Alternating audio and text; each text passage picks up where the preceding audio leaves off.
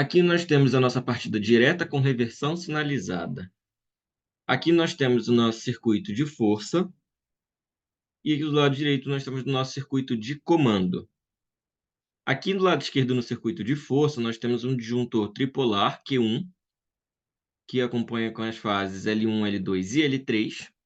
Nós temos o contator K2, que acompanha as fases L1, L2 e L3. E nós temos o relé térmico E1. E em seguida nós temos o nosso motor MT.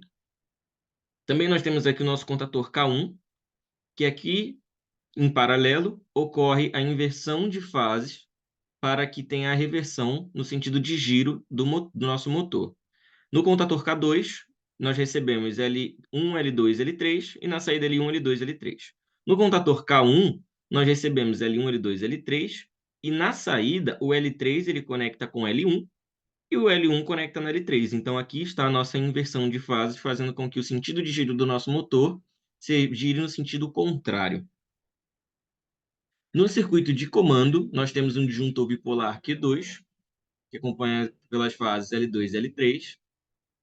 A princípio, nós temos o contato auxiliar do nosso relé térmico E1, contato auxiliar 95-96, normalmente fechado. Então, toda vez que o relé térmico for acionado, esse contato normalmente fechado ele abre, seccionando o nosso circuito de comando. Mais abaixo nós temos nossa botoeira S0, que é um contato 1 e 2 normalmente fechado, que quando pressionado, esse contato normalmente fechado, ele abre, seccionando o nosso circuito, desligando todo o nosso circuito de comando. Mais embaixo nós temos a botoeira S1, no contato 3 e 4, normalmente aberto. Então, quando pressionado, esse contato fecha. Aqui é um botão pulsante. Então, quando nós pressionamos, o contato é fechado. Quando nós soltamos o dedo, esse contato ele abre. Ele é aberto novamente. Então, quando pressionamos esse contato fecha, o contator K1, permanecendo com esse contato fechado, ele permite a passagem de corrente até a bobina do contator K2, fazendo com que o contator K2 seja acionado, fechando as bobinas e os contatos de força. Bom, e nós temos aqui o contato auxiliar 13 e 14, que é um contato normalmente aberto do contator K2, que assim que a bobina é acionada, esse contato auxiliar 13 e 14, normalmente aberto, ele fecha, para quando nós pararmos de pressionar o botão S1, o contato vai permanecer fechado, permitindo que a bobina do K2 permaneça acionado, permitindo aqui o nosso acionamento da nossa bomba funcionando perfeitamente. Em paralelo, nós temos o botão S2, com o contato 3 e 4, um contato normalmente aberto, que quando pressionamos, esse contato fecha, e aí tem a mesma lógica da bobina do contator K2 aqui para o contator K1. Então, o contator K2 estando desligado, esse contato normalmente fechado, 11 e 12, permanece fechado, permitindo a corrente chegando até a bobina do contator K1. E assim, acionando o contator K1, fazendo com que a reversão ocorra. E nós temos o contato auxiliar K1, 13 e 14 normalmente aberto, que quando a bobina do contator K1 é acionada, esse contato normalmente aberto ele fecha, e assim permitindo de uma forma contínua que a bobina do contator K1 permaneça acionada. Quando nós acionamos o botão S2 e acionamos o contator K1, esse contato normalmente fechado 11 e 12 do contator K1, ele abre, dessa forma não permitindo o acionamento da bobina do contator K2, justamente para não ser ligado simultaneamente. E o mesmo ocorre para S1. Quando nós apertamos o botão S1, acionamos a bobina do contator K2 e o contato auxiliar, normalmente fechado 11 e 12 da bobina do contator K2, ele abre, assim não permitindo que a gente pressione e ligue o contator K1.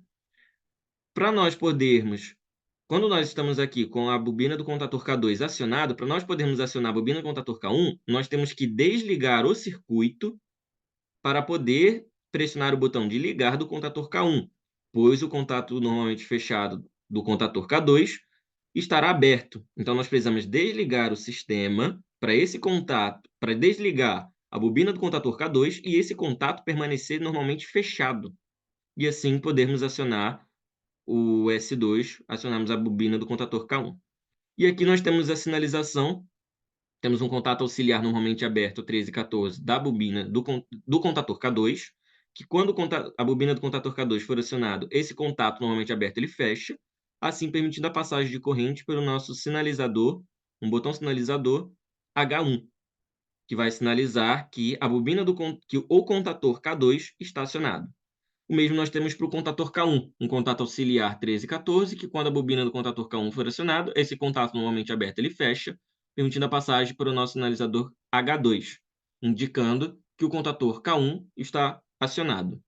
E nós temos um contato normalmente aberto, 97 e 98, do nosso relé térmico E1, que quando o relé térmico for acionado, ele vai seccionar aqui o nosso circuito e vai indicar na sinaleira H3 que o nosso circuito está parado, porque depois esse contato aqui vai fechar, certo? Agora vamos ver na prática. Nós acionamos o nosso disjuntor Q1 e Q2 e fizemos aqui a ligação do circuito. Acionamos o contator K2. Veja que não permite que o nosso contator K1 seja acionado, pois o contato K2 está com o contato aberto. Então, nós temos que desligar o circuito para poder acionar a bobina do contator K1. E assim ocorre para o contator K2, para a bobina do contator K2. E perceba a sinalização. Sinalização do contator K2, sinalização do contator K1. E aqui, quando o relé térmico é acionado, temos aqui a sinalização, certo? Não permitindo nenhum acionamento. Vamos desligar o nosso circuito.